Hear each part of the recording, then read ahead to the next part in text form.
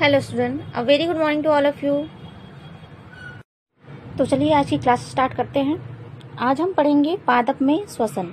ठीक है, तो देखिए पौधों में किस प्रकार से श्वसन की प्रक्रिया होती है। तो पौधों में श्वसन की प्रक्रिया जो है जड़, तना, पत्ती आदि समस्त भागों में होती है। और जड़ें मूल रूप से, है ना, जड़ें जो करती हैं श्वसन वो मूल रूप से करती हैं। तना सभी वातरंध्र से, पत्तियां स्टोमेटा से सांस लेती हैं। इस क्रिया में ऑक्सीजन का शोषण होकर कार्बन डाइऑक्साइड व जल श्वसन का निःसरण होता है। यानी कि जो पौधों में श्वसन की प्रक्रिया होती है उस प्रक्रिया में ऑक्सीजन का शोषण होता है, ऑक्सीजन अवशोषित होती है, जिससे कार्बन डाइऑक्साइड और जलवाष्प जो है वो बनता है। ठीक है, जैसा कि रिएक्शन देख रहे हैं आप लोग, ग्लूकोज का लिखा हुआ है सूत्र C6H12O6, है ना। फिर ऑक्सीजन के साथ प्रतिक्रिया कर रहा है, जिससे कार्बन डाइऑक्साइड बन रहा है और वाटर मॉलिक्यूल्स बन रहे हैं और साथ में एनर्जी रिलीज हो रही है। नेक्स्ट है जंतुओं में श्वसन। तो जंतुओं में श्वसन की क्रिया 5 पदों में पूर्ण होती है, 5 स्टेप में कंप्लीट होती है। पहला है वायुमंडल से श्वसनांगों तथा सांस लेना, या फिर श्वासोच्छ्वास क्रिया, यानी कि वायुमंडल से श्वसनांगों तक वायु का पहुंचना, है ना, ऑक्सीजन का पहुंचना, यानी कि इसे कहा गया है सांस लेने की प्रक्रिया, है ना। और सांस लेने की प्रक्रिया को ही बोलते हैं श्वासोच्छ्वास क्रिया।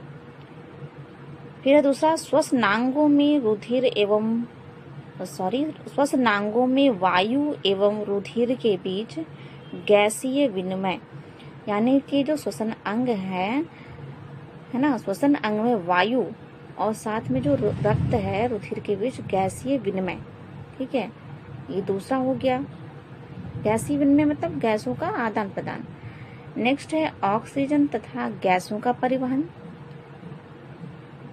चौथा है रुधिर तथा ऊतकों के बीच गैसीय विनिमय। और पांचवा है ऊतकों में ऊर्जा का निष्कासन। तो देखिए ये जो श्वासोच्छ्वास क्रिया, यानी कि सांस लेना और साथ में सांस लेने के बाद जो वायु है उसका ब्लड के बीच गैसीय विनिमय, तो इसको बोलते हैं बाह्य श्वसन। ठीक है, और इसके बाद जब ऑक्सीजन और गैसों का परिवहन होता है शरीर के अंदर, और उसके बाद जो है ब्लड और ऊतकों तक जब वायु का विनिमय होता है, वायु जो है परिवहन होता है, और उसके बाद ऊतकों में जब ऊर्जा पहुंच जाती है, मतलब कि वायु के द्वारा, ऑक्सीजन के द्वारा जब ऊर्जा प्राप्त कर ली जाती है ऊतक में, तो इस प्रक्रिया को बोलते हैं आंतरिक श्वसन।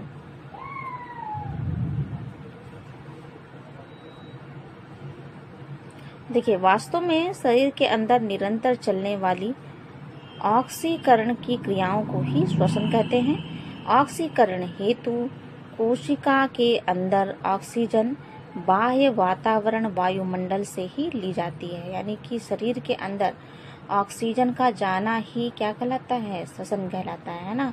तो इस ऑक्सीकरण प्रक्रिया के लिए क्या, ये ऑक्सीजन जो है बाह्य वातावरण से ही ली जाती है, यानी वायुमंडल से ही प्राप्त की जाती है ना। हम लोग सांस लेते हैं उसके द्वारा ही ऑक्सीजन जो है अंदर जो है कोशिकाओं तक पहुंचती है।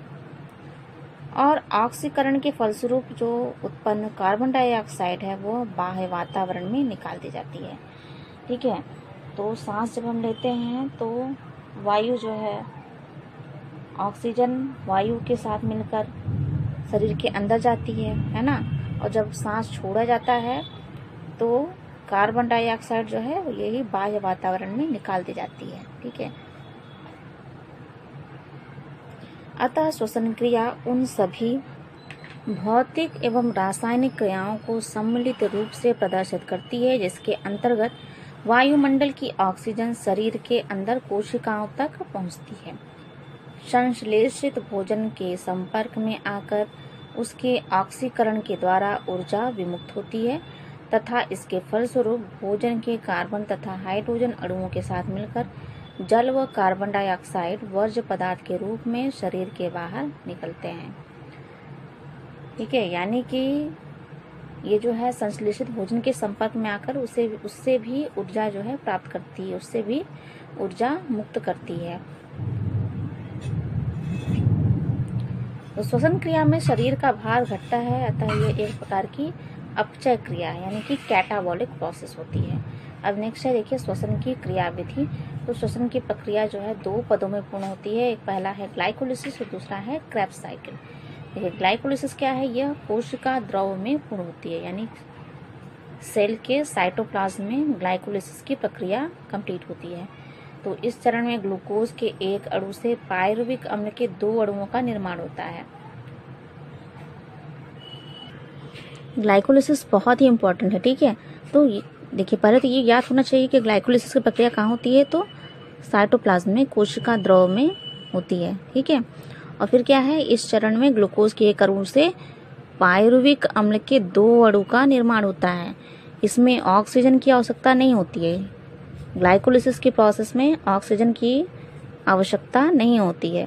यह ऑक्सीश्वसन तथा अनऑक्सीश्वसन दोनों में एक जैसा होता है, यानी कि चाहे ऑक्सीश्वसन हो, यानी कि ऑक्सीजन की उपस्थिति में चाहे श्वसन हो रहा हो या फिर ऑक्सीजन की अनुपस्थिति में चाहे श्वसन हो, दोनों में इसकी प्रक्रिया जो है एक ही समान होती है।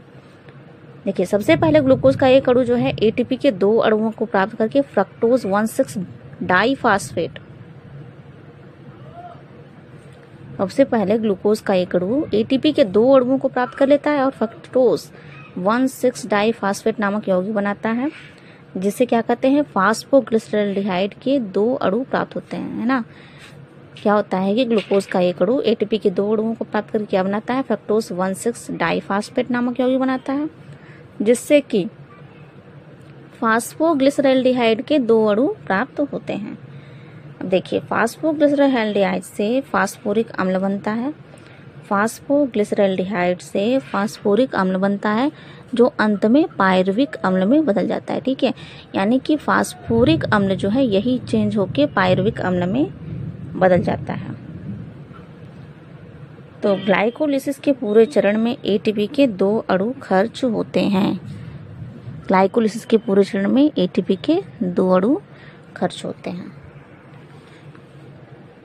वह 4 एटीपी के अणु बनते हैं, वो 4 एटीपी के अणु बनते हैं।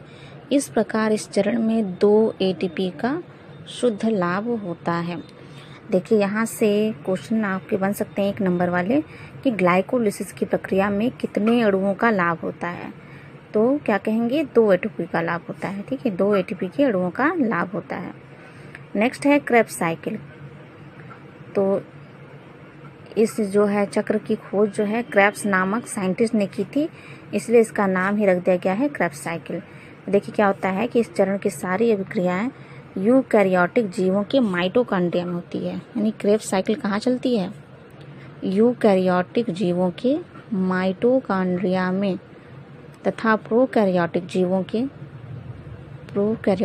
की कोशिका कला पर, प्रोकैरियोटिक जीवों की कोशिका कला पर होती है। इस चरण में ग्लाइकोलाइसिस से प्राप्त पायरुविक अम्ल के दोनों अणुओं का ऑक्सीजन की उपस्थिति में पूर्ण ऑक्सीकरण हो जाता है। इस चरण में होने वाले प्रमुख परिवर्तन देख लेते हैं कि क्या होता है कि क्रेब्स चक्र में प्रवेश करने से पहले पायरुविक अम्ल से CO2 यानी कि कार्बन डाइऑक्साइड के एक अणु का तथा 2 हाइड्रोजन परमाणुओं का विमोचन हो जाता है और बचा हुआ अणु कोएंजाइम A से संयुक्त होकर एसिटिल कोएंजाइम A बनाता है। देखिए जब ग्लाइकोलिसिस की प्रक्रिया हुई तो ग्लाइकोलिसिस की प्रक्रिया में पायरुविक अम्ल बना, ठीक है, तो वही पायरुविक अम्ल अब जो है शामिल हो जाता है क्रेब्स साइकिल में। तो क्या होता है कि प्रवेश करने से पहले ही पायरुविक अम्ल से CO2 यानी कार्बन डाइऑक्साइड के एक अणु का तथा 2 हाइड्रोजन परमाणु का विमोचन हो जाता है ना।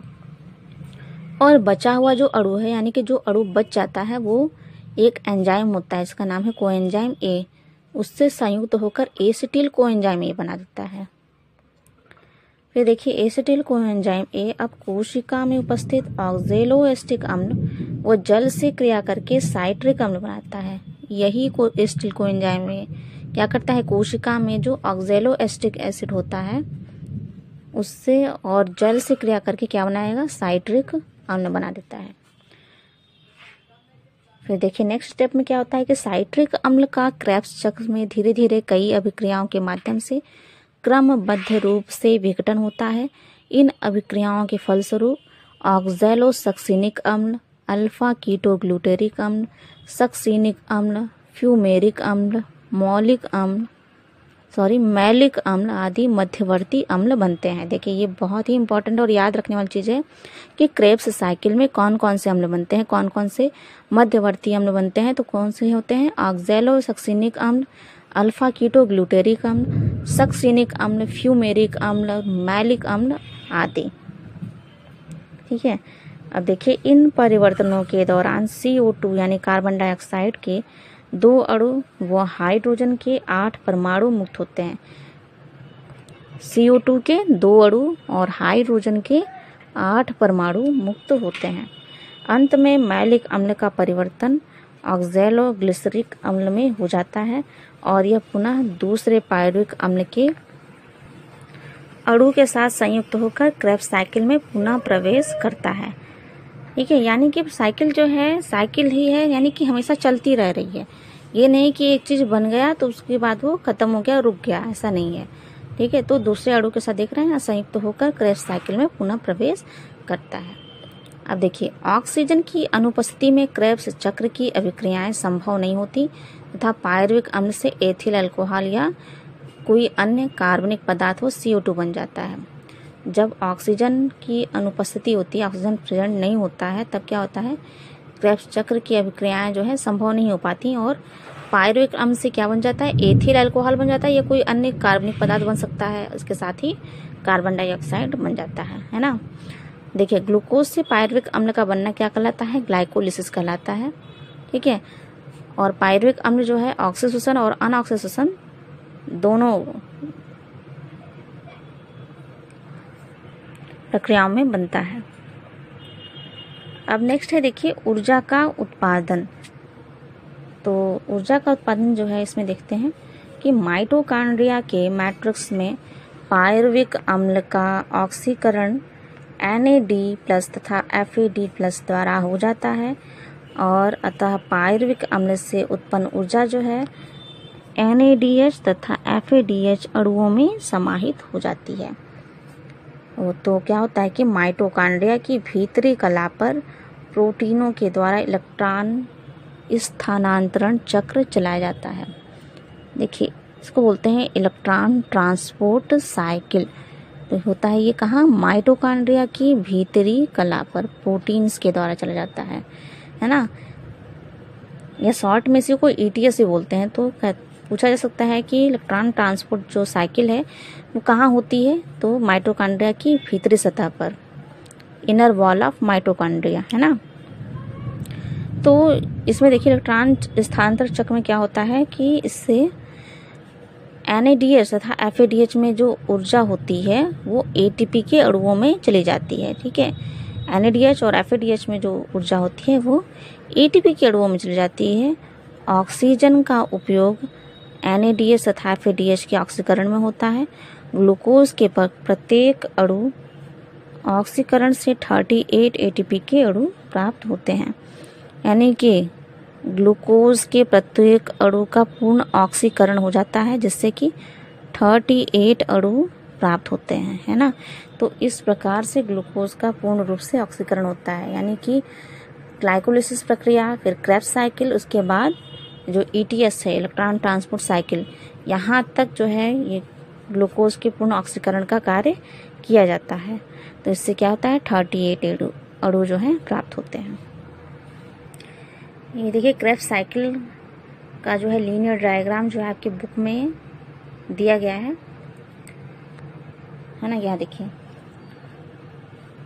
ग्लूकोज से क्या बन रहा है? फ्रक्टोज डाइफॉस्फेट में चेंज हो रहा है ना, और 2 ATP जो है 2 ADP में चेंज हो रही है। ठीक है, फ्रक्टोज डाइफॉस्फेट से फास्फोग्लिसरैल्डिहाइड का निर्माण हो रहा है ना, और फास्फोग्लिसरैल्डिहाइड से पायरुविक अम्ल बनता है। ठीक, पायरुविक अम्ल के 2 अणु प्राप्त हो रहे हैं। तो यहाँ से ग्लूकोज से पायरुविक अम्ल तक बनने की क्रिया को क्या बोला गया है? ग्लाइकोलाइसिस कहा गया है। ठीक है, और देखिए ग्लाइकोलाइसिस की प्रक्रिया जो है कहाँ हो रही है? कोशिका द्रव में, साइटोप्लाज्म में हो रही है। अब देखिए एसिटिल कोएंजाइम A जो है अब आ रहा है पायरुविक अम्ल से क्रिया कर रहा है, तो क्या बना? सिट्रिक अम्ल बना। ठीक है, उसके बाद फिर आइसोसिट्रिक अम्ल बना, है ना, NAD से NADH में चेंज हो रहा है यहाँ पे। फिर यहाँ देखिए आइसोसिट्रिक अम्ल से कीटो ग्लूटेरिक एसिड बन रहा है और कीटो ग्लूटेरिक एसिड जो है चेंज होके सक्सेनिक एसिड में बदल रहा है। ओके, सक्सेनिक एसिड जो है चेंज हो रहा है मैलिक एसिड में, और यहाँ देखिए NAD जो चेंज हो रहा है NADH में। फिर देखिए मैलिक एसिड जो है चेंज हो रहा है ऑक्सैलोएसिटिक अम्ल में, है ना, और NAD चेंज हो रहा है NADH में। तो इस प्रकार से क्रेब्स साइकिल जो है चलती है। ये बहुत ही इम्पोर्टेंट जो है, तो श्वसन में ये ग्लाइकोलिसिस और क्रेब्स साइकिल जो है बहुत ही इम्पोर्टेंट है। और साथ ही इसका जो ये डायग्राम है ये भी बनाने आना चाहिए।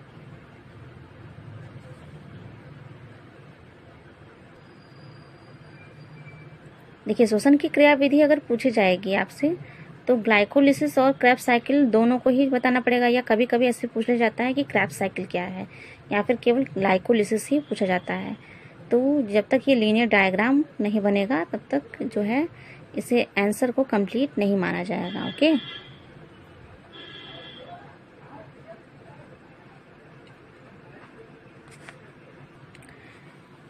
तो नेक्स्ट हेडिंग है श्वासोच्छ्वास यानी कि ब्रीदिंग।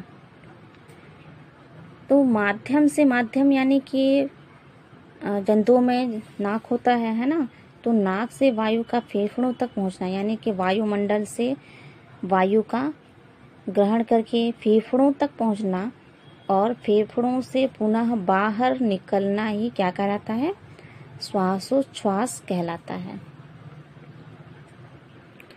मनुष्य में फेफड़े वक्ष गुहा में उपस्थित होते हैं और ब्रीदिंग जो है पसलियों की पेशियों और डायाफ्राम के द्वारा होता है ना, यानी कि ब्रीदिंग की प्रक्रिया जो है वो पसलियों की पेशियों और डायाफ्राम के द्वारा कंप्लीट होती है। अब देखिए मनुष्य में श्वासोच्छ्वास की 2 प्रावस्थाएं होती हैं, यानी कि मनुष्य में जो ब्रीदिंग की प्रक्रिया है वो 2 फेज के द्वारा 2 फेज में कंप्लीट होती है। पहला होता है इंस्पायरेशन यानी कि निःश्वसन, या फिर इसे कह सकते हैं अंतः श्वसन, है ना।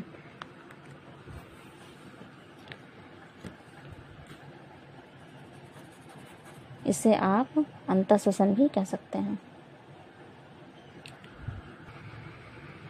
तो देखिए निःश्वसन या अंतः श्वसन, अंतः देखिए नाम से ही क्लियर हो रहा है, यानी कि श्वास जो है अंदर हो रहा है ना, यानी कि वायु को अंदर ग्रहण किया जा रहा है। तो देखिए लिखा भी है कि वायु का फेफड़े में भरना क्या कहलाता है? अंतः श्वसन कहलाता है। वायुमंडल द्वारा जो वायु ली जाती है उसको फेफड़ों तक पहुंचाना, यानी कि फेफड़ों में भरना ही क्या कहलाता है? अंतः श्वसन कहलाता है। मस्तिष्क के मेड्यूला में स्थित श्वसन केंद्र द्वारा तंत्रिकीय निर्देश मिलते ही पेशी संकुचन से पसलियां आगे की तथा ऊपर की ओर उठ जाती हैं।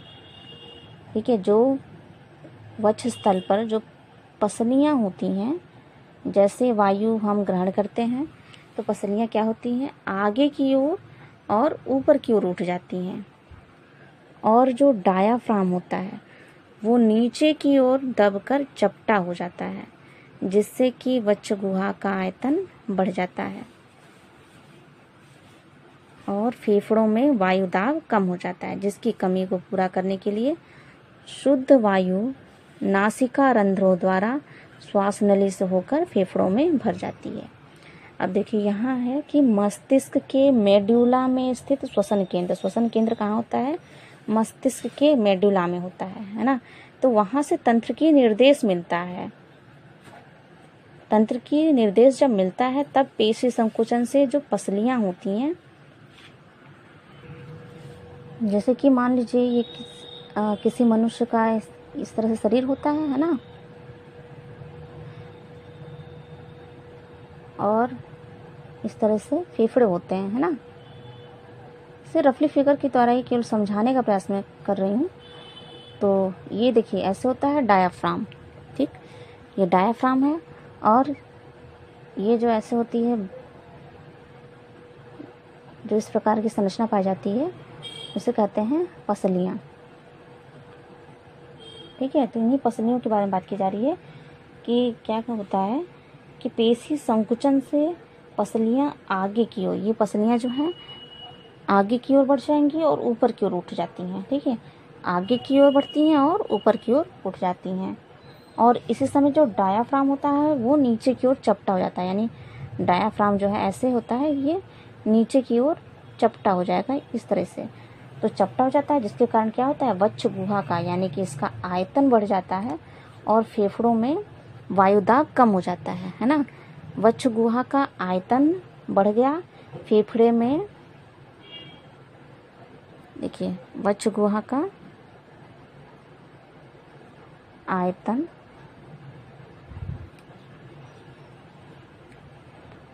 बढ़ जाता है ना, और फेफड़े में वायुदाब कम हो जाता है।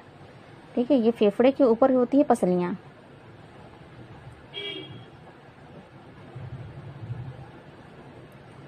वायुदाब कम हो गया, तो इस वायुदाब की कमी को पूरा करने के लिए बाहर से वायु जो है वो नासिका छिद्रों के द्वारा यानी कि नाक से होकर फेफड़ों में भर जाती है। ठीक है, नाक से होकर फेफड़ों में भर जाती है।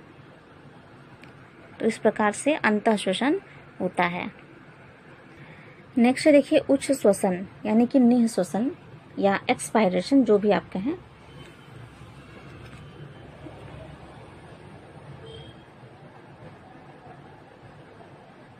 एक्सपायरेशन ना, तो क्या है, फेफड़ों से वायु का बाहर जाना जो है वो निःश्वसन या फिर एक्सपायरेशन कहलाता है। तो देखिए इसमें क्या होता है कि मस्तिष्क के मेडुला के श्वसन केंद्र से तंत्र की निर्देश प्राप्त होता है। तो तंत्र की निर्देश प्राप्त होते ही पसलियाँ और डायाफ्राम सामान्य स्थिति में आ जाते हैं। ठीक है, तो सामान्य स्थिति में आने से वक्ष गुहा का आयतन कम हो जाता है और फेफड़ों का दबाव बढ़ जाता है, जिससे कि वायु फेफड़ों से बाहर निकल जाती है। देखिए अभी हमने जो अंतः श्वसन पढ़ा था उसमें क्या हुआ था कि वक्ष गुहा का आयतन बढ़ गया था, है ना। वक्ष गुहा का आयतन बढ़ गया था और जो है वायुदाब कम हो गया था। तो वायुदाब को कम करने के लिए बाहर से वायु अंदर आई थी, है ना। जबकि उच्च श्वसन में क्या हुआ था कि वक्ष गुहा का आयतन कम हो गया और वायुदाब बढ़ गया, और इस बढ़े हुए वायुदाब को कम करने के लिए वायु फेफड़ों से बाहर निकल गई। तो इस प्रकार से उच्च श्वसन की प्रक्रिया कंप्लीट हुई, है ना। तो इस प्रकार से वायु का अंदर फेफड़ों में भरना और फेफड़ों से फिर वायु का बाहर जाना, तो इस प्रकार से ब्रीथिंग की प्रक्रिया होती है।